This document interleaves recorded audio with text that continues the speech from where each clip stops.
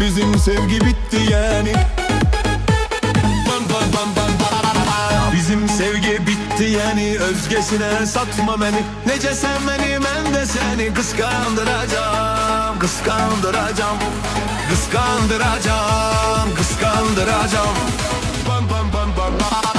Sevdiğimi bilene kadar, gözleyeceğim dönene kadar. Onu bil ki ölene kadar.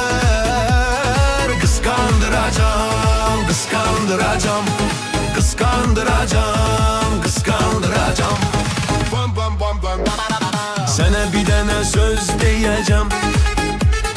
Ben seni hoşbeht edeceğim. Elemem seni bezdireceğim. Kıskandıracağım. Kıskandıracağım. Kıskandıracağım. Kıskandıracağım.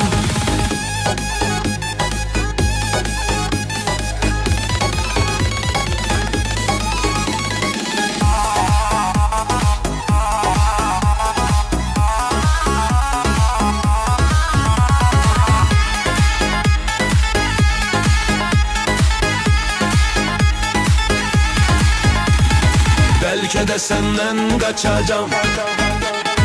Yeni bir sayfa açacağım.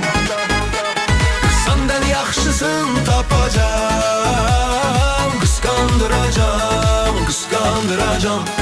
Kıskandıracağım. Kıskandıracağım.